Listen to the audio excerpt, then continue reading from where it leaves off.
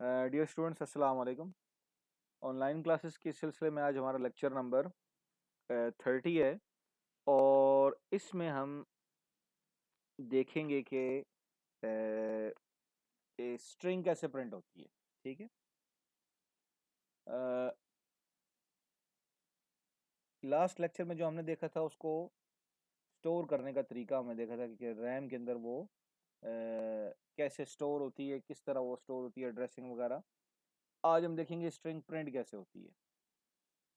तो अब हम ये एक वेरिएबल हमने जो किया हुआ था, वेरिएबल स्टोर किया हुआ था, वो हमारे पास था ग्रेड। और उसकी हमने 6 लोकेशंस थी। तो मैंने बताया था कि फर्स्ट लोकेशन जो है वो 6 से, तो 1 से स्टार्ट नहीं होती कंप्यूटर के अंदर, वो 0 से लोकेशन स्टार्ट होती है। फर्स्ट जो है वो 0 से, इंडेक्स 0 से स्टार्ट होता है। एड्रेस की बात मैं नहीं कर रहा, मैं इंडेक्स की बात कर रहा हूँ। यानी ग्रेड 1 जो है ना वो एक अलग वेरिएबल है, लेकिन ये पहला वेरिएबल नहीं है। ठीक है, पहला वेरिएबल जो है वो ग्रेड 0 यानी इंडेक्स 0 से स्टार्ट होता है। तो ये पहला वेरिएबल है, दूसरा, तीसरा, चौथा, पांचवा और छठवां, ये 6 वेरिएबल्स होता है। तो अब हम आते हैं इसको प्रिंट कराने पे। जब हम प्रिंट कराने के लिए आएंगे तो मैंने आपको बताया print F, double quotes, comma और उसके बाद वेरिएबल का नेम। तो वेरिएबल का नेम तो ग्रेड है, वेरिएबल का नाम क्या है, ग्रेड। लेकिन हम इसकी कौन सी लोकेशन प्रिंट करवाएंगे, क्योंकि इस तरह तो प्रिंट करवाना पॉसिबल हमारे लिए नहीं है। इसके साथ हम क्या करते हैं कि जो इंडेक्सिंग है ना, ये वाली इंडेक्सिंग, ये वाली हम नहीं लिखते। जब हम प्रिंट करवा रहे होते हैं तो हम जस्ट वेरिएबल का नेम लिखते हैं और उसके बाद यहाँ पे हमने प्रिंट क्या करवाना है, हमने प्रिंट करवाना है ये ग्रेड प्रिंट करवाना है। तो उसके लिए हमने इस जगह पे क्या बताना होगा, डबल कोट्स के अंदर फॉर्मेट स्पेसिफायर क्या है। तो जो फॉर्मेट स्पेसिफायर हमने बताना है वो हम किस तरह बताएंगे कि वो फॉर्मेट स्पेसिफायर हम इस तरह बताएंगे, हम इसके लिए यूज़ करते हैं स्ट्रिंग को प्रिंट करवाने के लिए %s, एस यूज़ करते हैं। बस %s हम लिखेंगे और जो वेरिएबल का नेम है हम लिखेंगे, लेकिन साथ हम ये नहीं लगाएंगे। ठीक है, इसको लगाने की ज़रूरत नहीं है। जस्ट इस ब्रैकेट से पहले वाला इससे लिखेंगे और फॉर्मेट स्पेसिफायर में %s बताएंगे। तो क्या करेगा, location number, grade, index number 0 से लेकर 5 तक जो भी डेटा होगा सारा प्रिंट करवा देगा। ठीक है, 5 को वो प्रिंट नहीं करवाएगा क्योंकि वो निशानी है, वो प्रिंट नहीं होती, बल्कि वो ये इस चीज़ की निशानी के तौर पर इस्तेमाल होती है कि यहाँ पे स्ट्रिंग ख़त्म होगी। ठीक है, तो हम कंपाइल करते हैं इसे। कंपाइल करने के बाद हम रन करते हैं तो हमें हेलो प्रिंट हो गया। ठीक है, ये आपने देखा है कि किस तरीके से हमने इसे प्रिंट करवाया है। और साथ अब यहाँ पे कुछ और लिखना चाहें तो वो भी लिख दें कि द स्ट्रिंग इज, और जिस जगह प्रिंट करवाना है वहाँ %s डाल दें। तो अब %s की जगह क्या होगा, ग्रेड प्रिंट हो जाएगा। यहाँ पे हम कंपाइल करते हैं इसे और रन कर देते हैं। तो स्ट्रिंग इज हेलो। ठीक है। अच्छा, अब ये तो हमने किया एक प्रिंट एफ से। ठीक है, एक और तरीका है जिससे प्रिंट हो सकता है और वो है कि हम स्ट्रिंग के लिए जो है वो प्रिंट एफ की जगह हम एक और इस्तेमाल कर ले फंक्शन, और वो है पुट्स। ठीक है। अच्छा, ये जो पुट्स का फंक्शन है ये सिर्फ और सिर्फ स्ट्रिंग के लिए इस्तेमाल होता है। पुट्स का फंक्शन सिर्फ और सिर्फ स्ट्रिंग के लिए इस्तेमाल होता है। ठीक है, प्रिंट करने का एक तरीका प्रिंट एफ है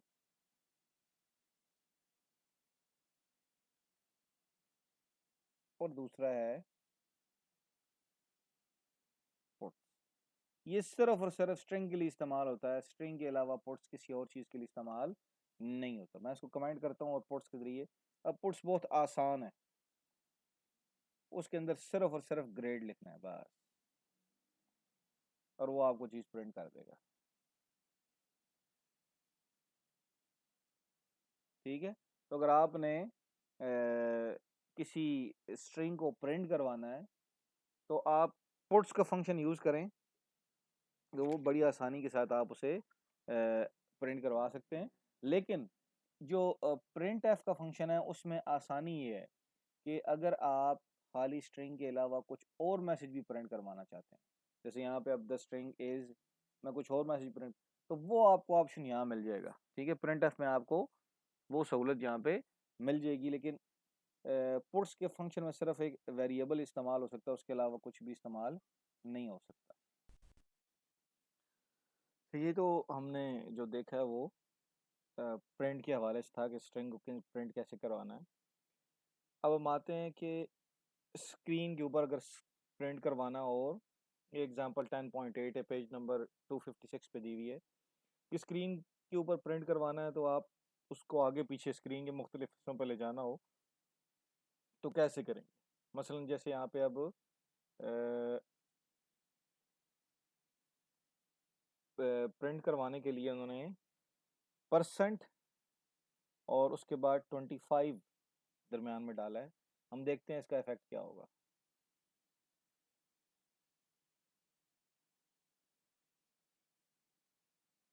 तो देखेंगे 25s से वो कितना मूव होगी, 25 स्पेसेस, उसमें ये 25 शामिल हैं।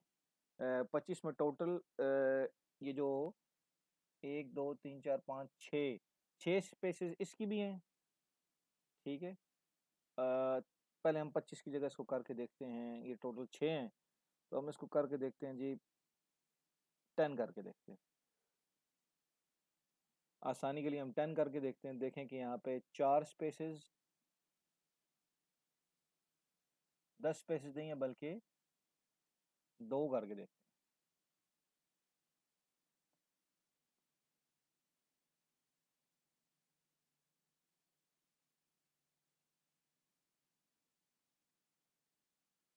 दो से फर्क नहीं पड़ा,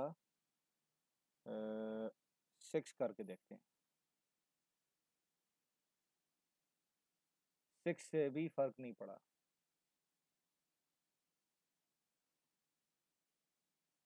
बल्कि हम वापस एस पे आते हैं।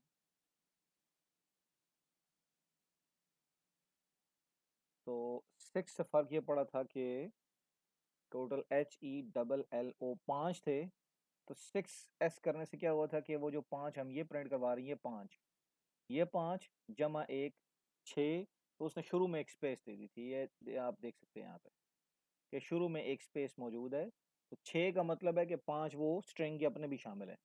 अब हम यहाँ पे 10 कर रहे हैं, तो यहाँ 10 करने से क्या हो रहा है कि प्रिंट हो रहे हैं टोटल 10, जिनमें से 5 ये हैं और 5 स्पेसेस हैं। तो शुरू में ये 5 स्पेसेस हैं और उसके बाद 5 ये करेक्टर प्रिंट हो गए। अब 25s का मतलब क्या है कि 20 स्पेसेस हैं और उसके बाद ये 5 HELLO, तो ये 25 हो गए।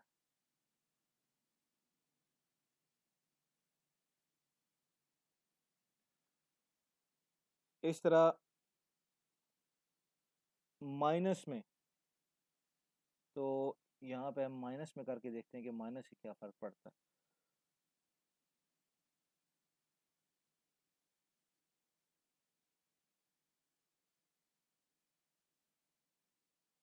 माइनस से ये फ़र्क पड़ा है कि आप ये देखें, अब पहले कर्सर शुरू में ब्लिंक कर रहा था और अब कर्सर यहाँ ब्लिंक कर रहा है, यानी 25वीं स्पेस पे वो ब्लिंक कर रहा है।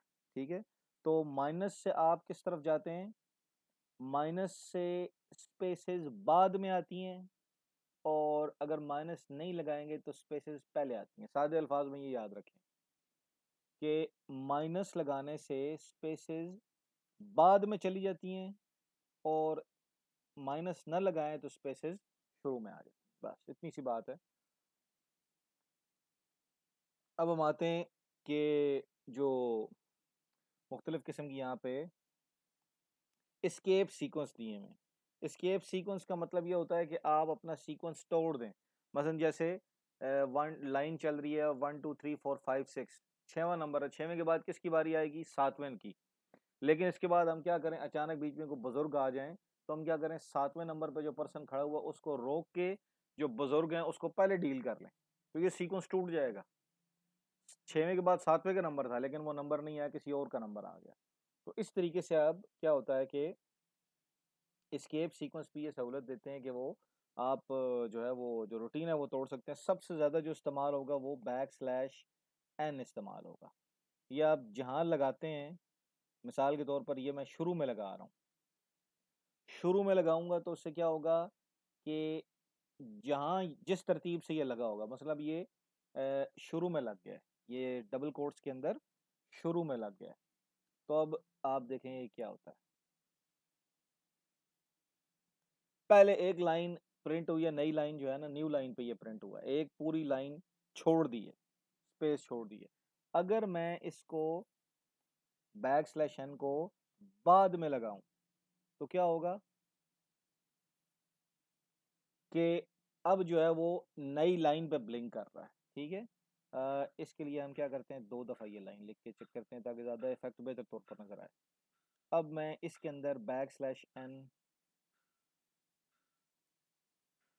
बाद में लगाऊंगा, यहाँ बैक स्लैश एन बाद में लगा हुआ है। तो आप देखें कि बाद में लगाने की वजह से क्या हुआ है, पहले ये ग्रेड में हेलो प्रिंट हुआ है, ये यहाँ पे इस जगह पे, क्योंकि बैक स्लैश एस की जगह क्या चीज़ प्रिंट होती है, वेरिएबल। वेरिएबल में पड़ा हुआ है हेलो, तो यहाँ पे इस जगह पे पहले हेलो प्रिंट हुआ है, फिर बैक स्लैश एन की वजह से नई लाइन आई है, नई लाइन पे फिर बैक स्लैश एस की फॉर्मेट स्पेसिफायर जो हमारे पास मौजूद है उसकी वजह से फिर हेलो प्रिंट हुआ है। अगर मैं ये यहाँ पे ना लगाऊं तो क्या होगा, तो देखें हेलो हेलो बिल्कुल साथ प्रिंट हो गया, दोनों कोई स्पेस नहीं आई। अगर मैं इसको यहाँ शुरू में लगा दूं तो क्या इफेक्ट पड़ेगा, तो भी पहले उसने नई लाइन प्रिंट किया, उसके बाद इन दोनों को कटा। लेकिन अगर मैं इसको यहाँ पे लगाता हूँ इसकी प्रॉपर पोजीशन पे, तो फिर हमें इसका इफेक्ट नज़र आता है, और वो ये कि पहले हेलो प्रिंट होता है, फिर नई लाइन, और फिर हेलो। ठीक है, तो इस तरीके से बड़ी तरतीब से हमारा काम हो जाता है। तो आप देख सकते हैं कि बैक स्लैश एन सबसे ज़्यादा इस्तेमाल होता है। उसके अलावा एक और चीज़ इस्तेमाल होती है, वो है back slash T.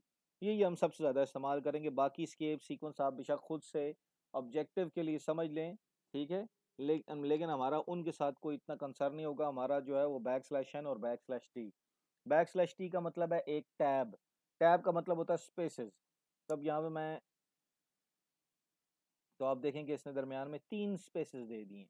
Back slash T ने क्या किया है, 3 स्पेसेस दे दिए हैं।